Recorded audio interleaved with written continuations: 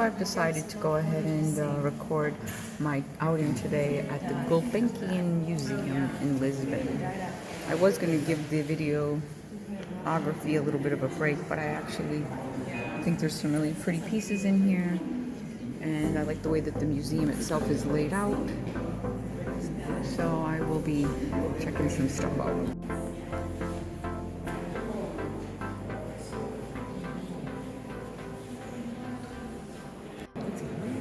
Wow, look at these jewels, huh? Let's see. I think that looks like some amethyst. Some citrulline, maybe. Or citrine. Ooh, what's in the back there? Yeah, I gotta go take a peek at that. It looks like an angel. And some really pretty chains back here. A little bit of a glare on the screen, but guarantee those are all gold. So Mr. Gulbenkian had quite the collection of things. Obviously, Gulbenkian is, or not obvious, is a Jewish name. And he had a collection of many, many things, and he wanted the collection to be displayed here in Lisbon. On Sunday, you can come to this museum free of charge. Some other coins, rather large ones. This piece of work is a bas relief made in alabaster, Mesopotamia. Fantastic, really pretty. Nice museum. And, you know, on a Sunday, like I said, you can come and enjoy this museum at no charge.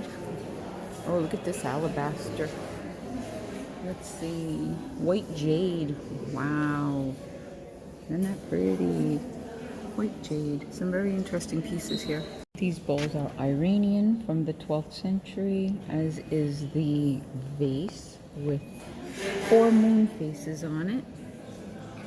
And then you have some other glazed, painted pieces from Iran.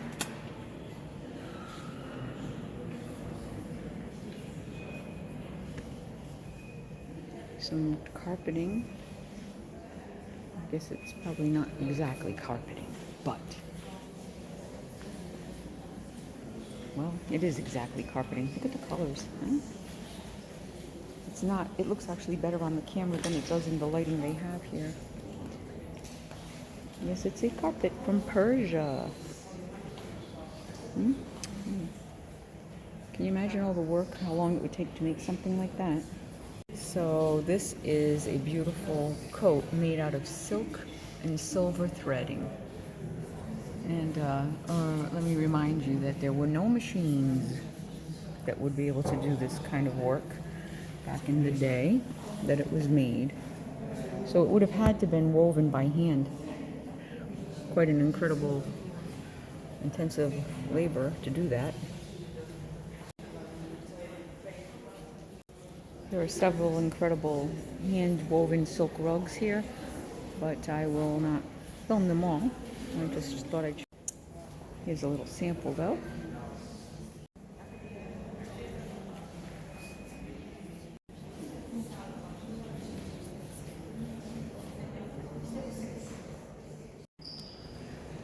And clearly some of them are a little more worn than others, but that's based on age. Variety of colors, aging, and there are plenty on the walls. These are Egyptian bottles. Faces.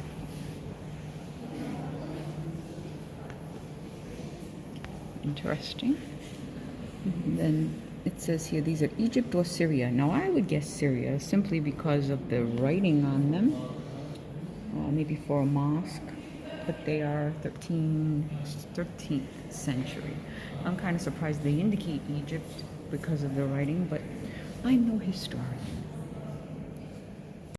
Okay, so this is not a rug. This is the famous azulejos that we all know and love in Portugal. And it turns out azulejos are not necessarily a Portuguese thing, although they are very much a Portuguese thing. They actually come from the Ottoman period, and they originate in Turkey. So during the Ottoman period, a lot of these styles were brought over here to Portugal, and they have adopted them. Isn't that a cool basin? And that, my friends, is where azulejos come from. Another example of azulejos. Again, this is from the Ottoman period, so you know, they're not just one style there, and they're not just one style here in Portugal.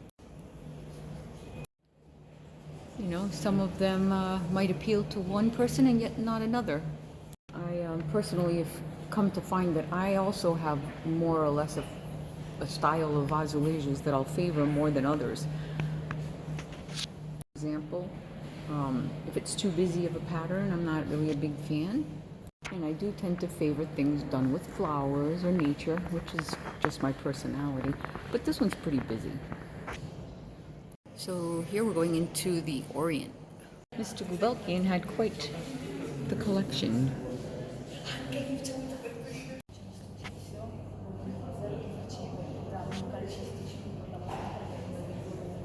Look at that food dog on top. Yeah, it wasn't enough to have one nice vase. Mr. Gulbenkian had a bunch of nice vases.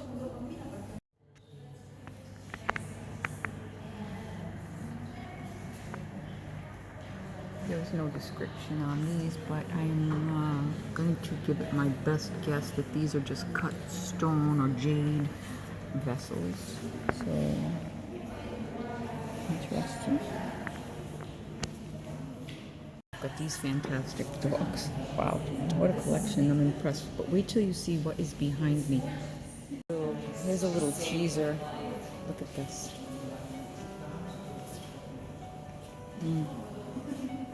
What a screen. What a screen. Fantastic.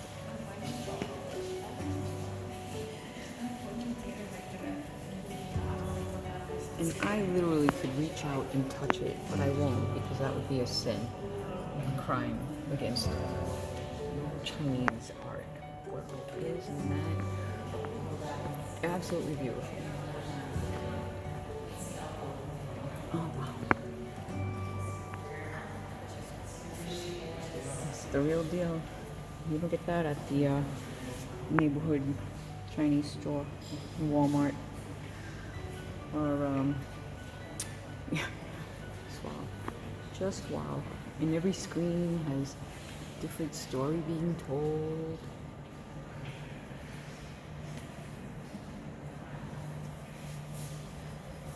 Wow. Hand painted onto silk, wood, inlaid. Just great. I think you get the idea that I'm impressed with the screen. Okay. So you think that the story just ends in with the Ottomans bringing the azulejo style, but it didn't work that way. The Ottomans got it from the Chinese, and then the Chinese shared with the Ottomans, and the Ottomans shared with the Portuguese. And now it's a thing.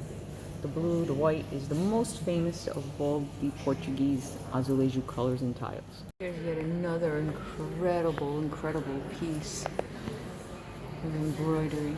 Look at this. Isn't that fabulous?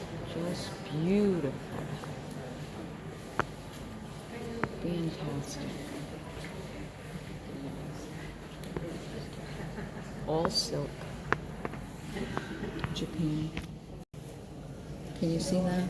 That's the detail of the grass, the leaves. Look at the feet of the bird. My goodness. Rich detailing of the feathers. So to me, this Gulbenkian Museum feels a little different than your traditional museum. Sorry. You get to see some of these different things here, like for example these paintings inside the books that were hand done. This was part of his collection, and these paintings here were done in France. This is definitely France, and look at that, it's just amazing. These were handwritten, and this one is Italy. So you know the scribes would have handwritten all that in there, and you've seen them in the movies doing it, and this is the real deal. This particular book was sold at an auction by Sotheby's in London. And you know, we're just looking at one page in these incredible, I'm sorry about the camera angle, one page out of that whole book. Wish I could flip those pages, just so curious. But that's why they're under the glass, because people want to touch things. Really amazing. Awesome. Into a room with paintings, and forgot about paintings, but yeah. The first one I walk up to would be the baptism of Jesus.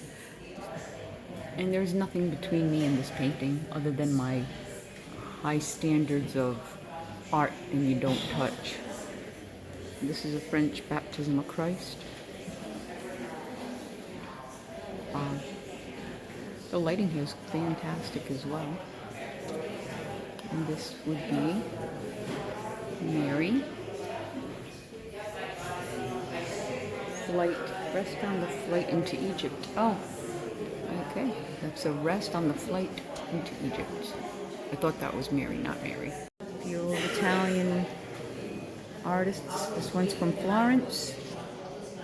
Just a painting of a young woman. The gaze. There were no cameras back then. It's all oil on canvas, huh? Look at him follow. That's amazing. I'm not going to film every single piece of art in this gallery. There are quite a few. This is a Paul Rubens piece of art. The centaurs, the loves. Oil on wood. This caught my eye. The amazing detail of this swan and the marble jar in back of it. There's a peacock in the left-hand corner. Let me try to back up a little bit.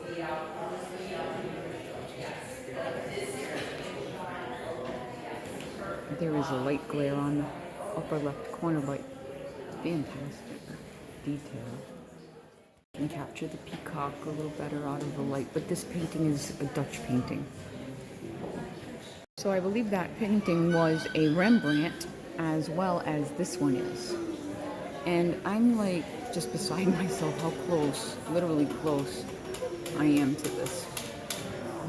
I promise you I will not touch it, but there is a curator in the room, but he's not coming up to anyone and saying back up, don't touch, blah, blah, blah, you know. They're just allowing people to observe the art as close as they'd like. And that is a Rembrandt. Just wanted to come back to this one more time. It is not a Rembrandt, I misspoke, but it did say Holland, so I came back to check. It's a Weenix. Mr. Gulbenkian's collection was quite exceptional.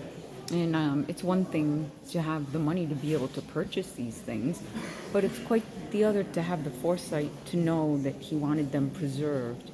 And this is how he chose to do that. And I think that's amazing, to collect so many fantastic pieces of art and preserve them for everyone else to enjoy, instead of just allowing them to end up withering away on walls. Amazing. Oh, look at that.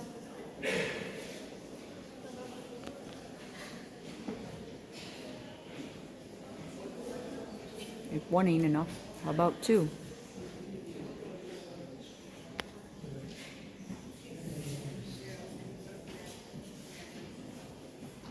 This painting is of Cupid and the Three Graces. And you can see the sheen from the oil.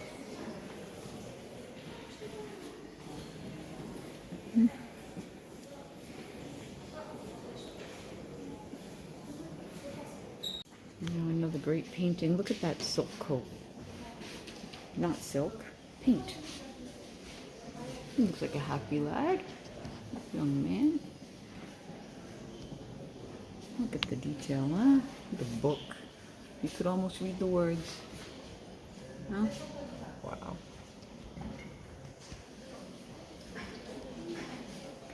That one does happen to be under glass, but many of them are not. They're just natural. I am literally blown away at the things this man had acquired and how you can walk around. It's like walking through Cardi's furniture, you know?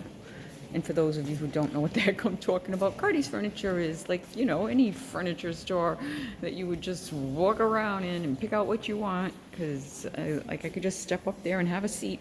I won't. I promise you all. But look at that, huh? I'm just gonna kind of walk a little bit here. Another painting, and this one does not have any glass over it. Just walk right on up.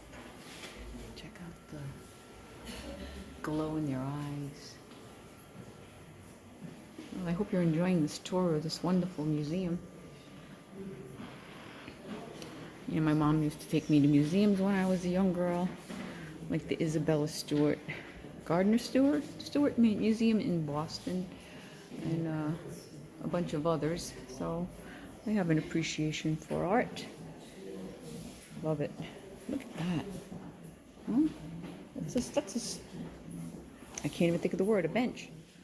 Doesn't stop. I turn around and look at this gorgeous basket being held up by the angels. I'm sure it had its own special purpose, but I'd put some grapes in there.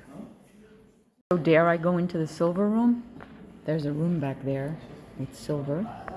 Just see some other guests entering the silver room. Hey, we have people coming for dinner tonight. Would you mind getting out the fine silver? Oh, gee, which piece would you like? It's all fine. Change my mind. I think I want to do the silver with the silver gilt. Looks more gold-ish.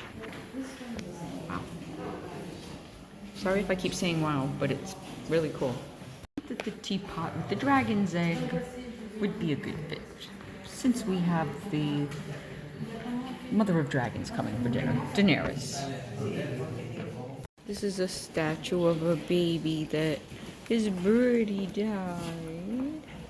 Yeah, I feel bad for that child because I had a parakeet that got squished in it. Lordy bird.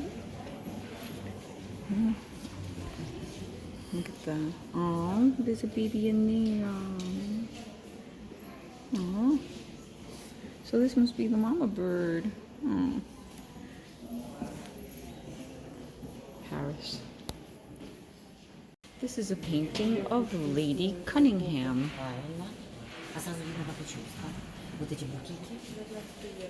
This is an English painting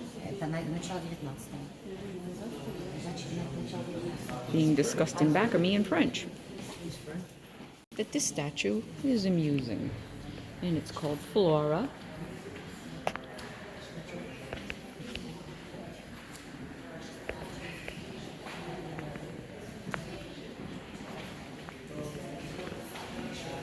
Playful. I don't know, she may be washing her hair.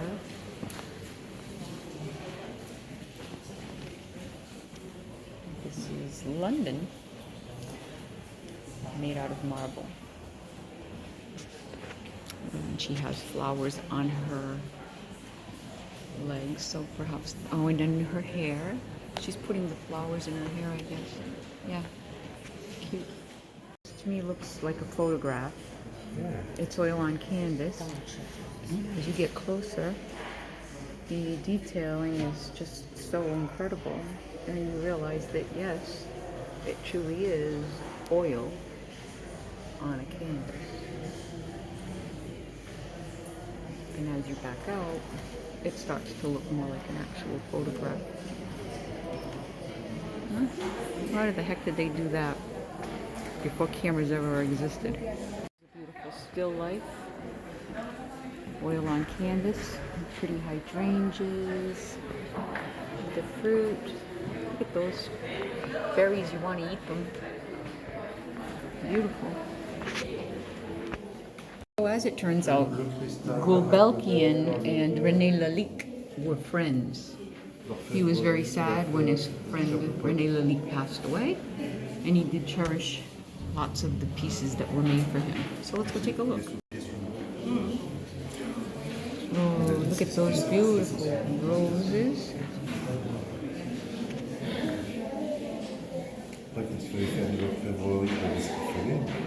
So you can't reach out and touch these.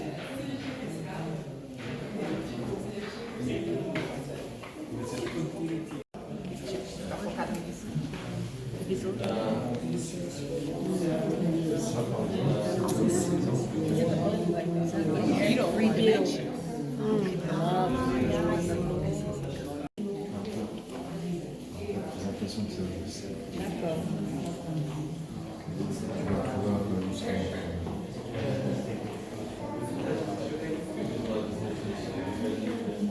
The Art Nouveau vibe to these pieces.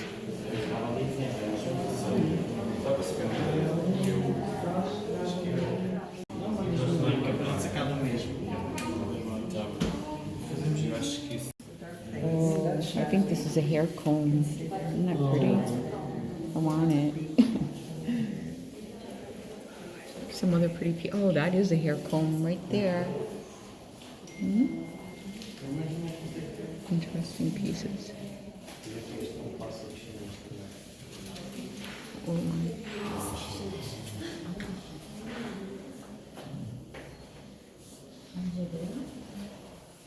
This one right here looks like it's made with opal. Two peacocks roosted on top of an opal on a chain with beads in between. Look at these pieces, so pretty. And then I see another. Oh wow, that's an opal too. Oh my, priceless. Oh, flowers on a branch. Some, ooh, pretty orchid. Orchid with a face, actually. There's the little face. And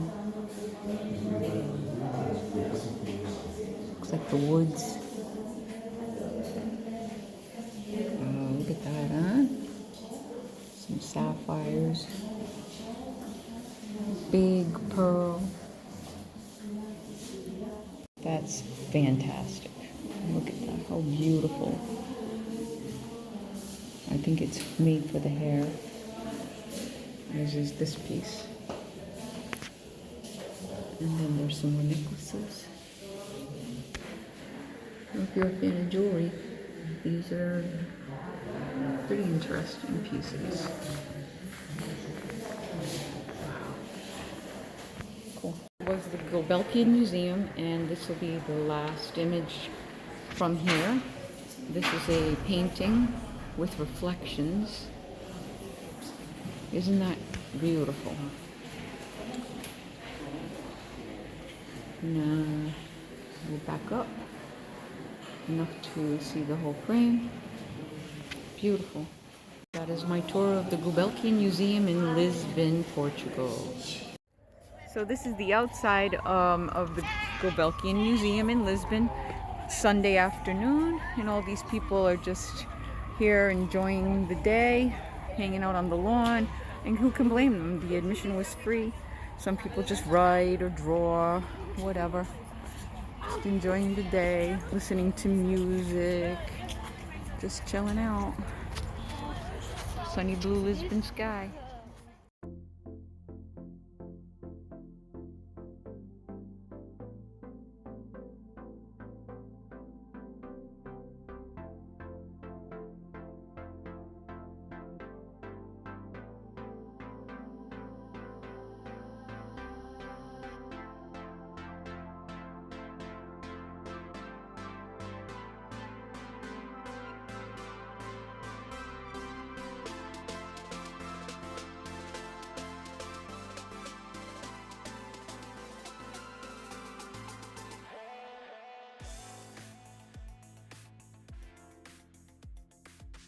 We drove up the road and we found this building that would otherwise seem quite scary to come and climb up inside of with all of this graffiti and everything. But we saw a lot of people coming, so we said, well, I mean, how dangerous could it be, right?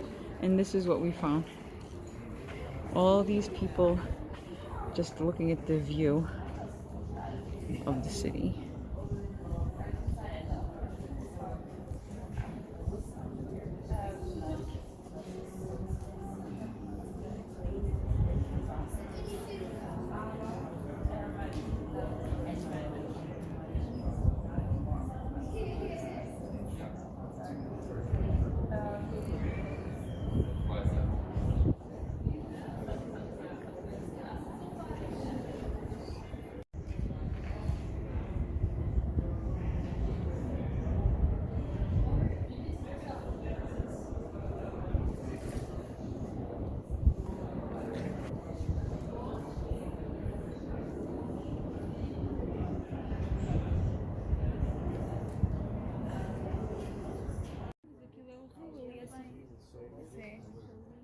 fosse a estrela.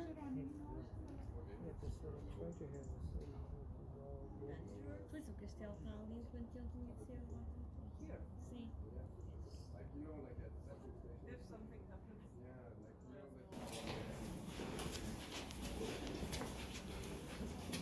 So I already said it before, I'll say it again. I think this looks like a really cool place for a rave. And sometimes they have them here in Lisbon and they'll announce like, oh, there'll be a house party, dance music. The location is to be announced. And then they'll just, you know, announce wherever it is. I ain't brave enough to just take off and come up to some rave, but I wouldn't be surprised if they have them here because it looks pretty typical. Well, maybe not. But I'll tell you what they do have here. Pretty cool views. Pretty cool views.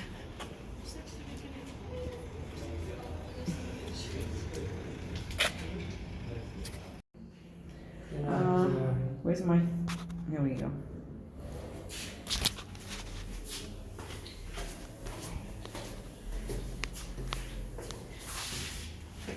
This is the way we came up. So if you come here to check out the view, Monsanto, don't be afraid of the stairs and the zombies. Just put your light on and go check it out. I mean, I wouldn't advise you to come here at 10 o'clock all by yourself at night, but who knows? I bet you there's still a lot of people up here.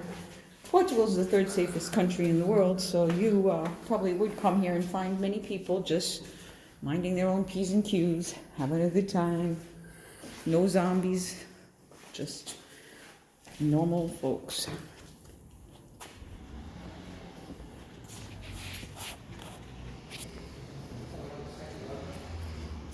Oh, second level.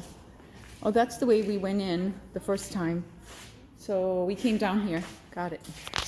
At this glance, it definitely looks like a zombie hive.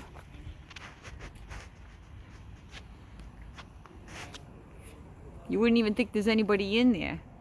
Just looks like a scary, dangerous building. And that's why I went in.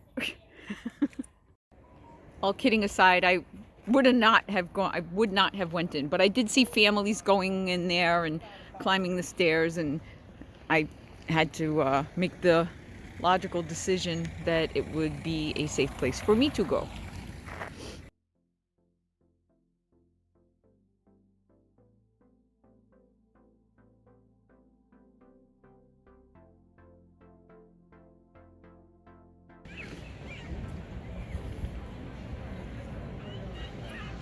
Cascais, Lisbon, Portugal in the evening along the beach.